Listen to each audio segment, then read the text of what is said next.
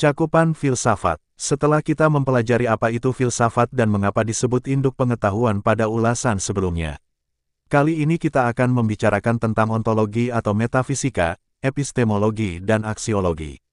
Yang mana ketiga hal tersebut merupakan pokok utama dalam filsafat. Mungkin di benak kita pernah terlintas pertanyaan, sebenarnya apa yang ada di dunia ini, bagaimana caranya kita tahu sesuatu itu benar? Atau pertanyaan apa sih makna dari dunia ini? Nah, pertanyaan-pertanyaan tersebut dapat terjawab dengan memahami tiga hal pokok dalam filsafat, yaitu kajian tentang ontologi, epistemologi, dan aksiologi. Secara terbatas, mari kita pelajari bersama. Pertama, ontologi. Apa yang sebenarnya ada? Ontologi disebut juga dengan metafisika. Sebagai cakupan pertama filsafat, apa sih ontologi ini?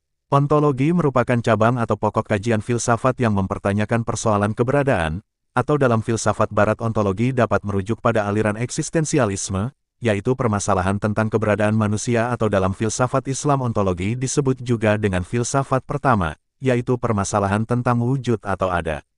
Secara sederhana ontologi atau metafisika ini dapat kita ungkapkan dengan pertanyaan, apa sih yang benar ada di dunia ini? Apa itu realitas? Apa bedanya mimpi sama kenyataan?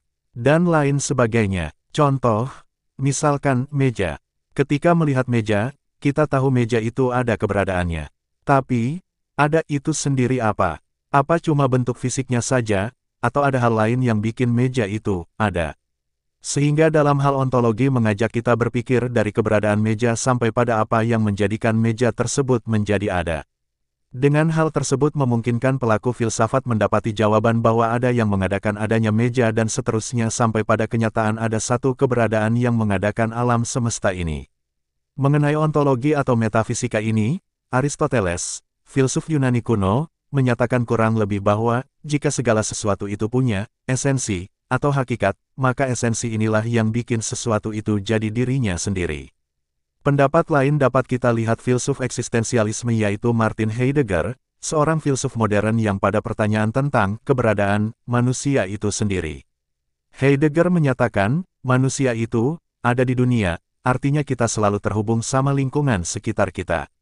Dengan demikian tergambarlah pokok cakupan atau cabang filsafat tentang ontologi, yaitu merupakan kajian yang mempertanyakan keberadaan atau realitas. Kedua, epistemologi. Bagaimana cara kita menjadi tahu? Sebelumnya ontologi menanyakan perihal keberadaan, pada epistemologi merupakan kajian yang mempersoalkan bagaimana tentang pengetahuan, seperti cara memperoleh pengetahuan dan kevalidan pengetahuan tersebut. Atau dalam tingkat praktis kehidupan sehari-hari kajian epistemologi dalam filsafat dapat membantu kita untuk mengetahui kebenaran sesuatu seperti fakta atau opini dan lain sebagainya. Contoh, misalnya seorang merenung, bagaimana cara kita tahu bahwa dia sedang bersedih? Bukan berarti karena orang sedih sering kelihatan murung, seorang yang kita lihat tadi juga sedang sedih, bisa jadi dia sedang berpikir. Mengenai epistemologi, merupakan perkara filsafat yang membahas mengenai pengetahuan, yang dapat kita kelompokkan kepada tiga bagian yaitu, apa itu pengetahuan, dari mana pengetahuan berasal atau cara mendapatkan pengetahuan dan bagaimana validnya pengetahuan tersebut. Dalam diskursus filsafat barat terkait epistemologi dibedakan oleh aliran-aliran filsafat tersebut. Misalnya aliran rasionalisme oleh filsuf René Descartes, Spinoza dan kawan-kawan berpandangan bahwa pengetahuan berasal dari akal budi manusia.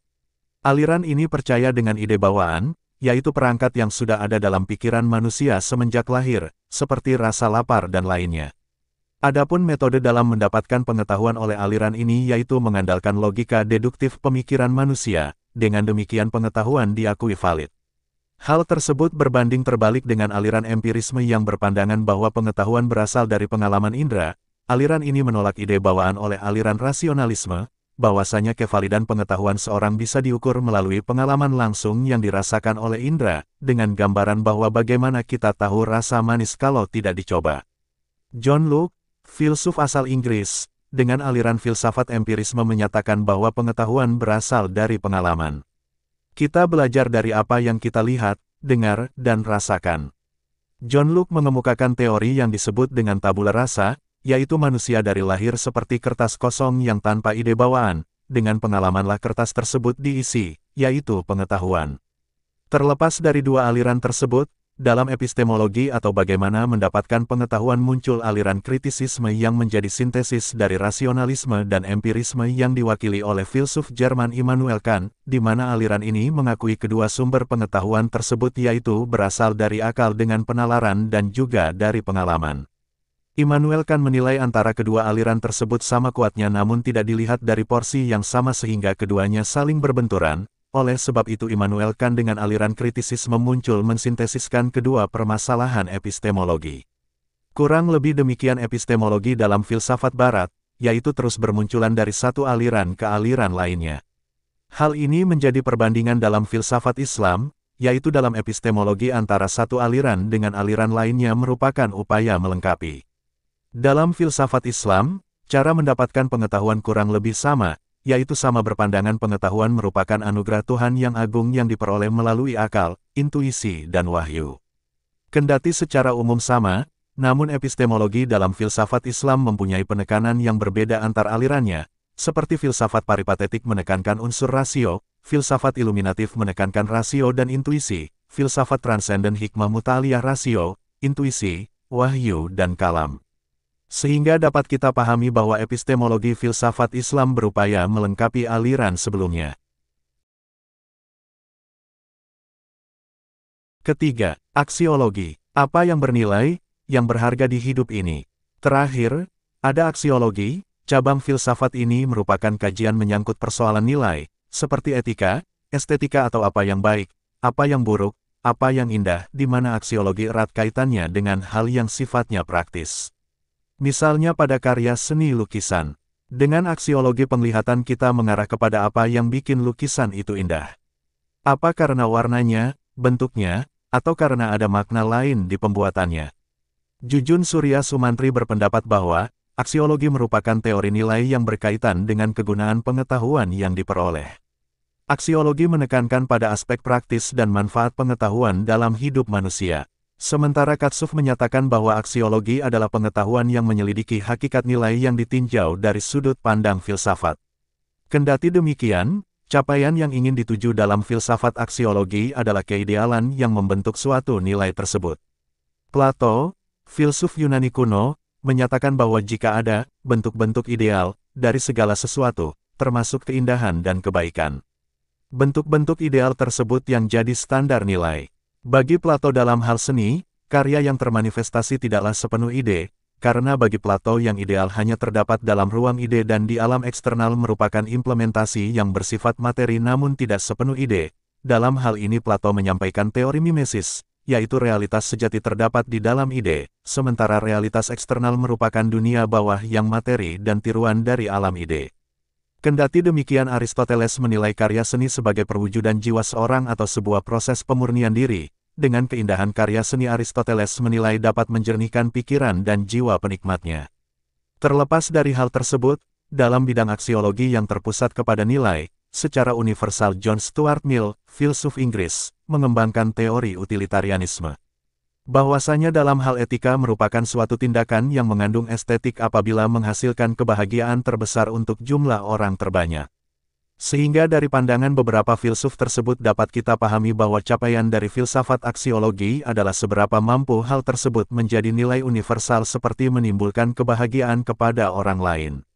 Dalam tahap praktis aksiologi membantu manusia dalam melihat beberapa hal seperti landasan etis tindakan, apresiator keindahan dan pelaku pengembangan nilai serta lainnya. Kendati lain sisi diakui bahwa nilai seperti keindahan, baik buruk dan lainnya menyandang fungsi relativitas, namun hal demikian dalam aksiologi dapat diukur dari beberapa sudut seperti, pertama konsekuen, yaitu diukur dari seberapa bernilai hal tersebut bagi orang banyak atau dengan kata lain mana yang mampu menjadi standar universal. Kedua, deontologis, terlepas dari konsekuen, tindakan dinilai berharga apabila memenuhi kewajiban moral, atau dengan kata lain perilaku seorang dinilai benar apabila mengikuti aturan yang ada. Dengan demikian kajian filsafat aksiologi mengarahkan pelaku dalam tindakan dapat bersifat baik, sehingga dengan mempelajari filsafat aksiologi memungkinkan seorang menjadi bijak dalam bertindak. Kawan-kawan sekalian, jadi, itu dia tiga pilar utama filsafat, ontologi, epistemologi, dan aksiologi. Ketiganya saling berhubungan dan membantu kita untuk memahami dunia ini dengan lebih baik. Bagaimana, apakah kawan-kawan tertarik dengan filsafat? Terima kasih dan semoga bermanfaat.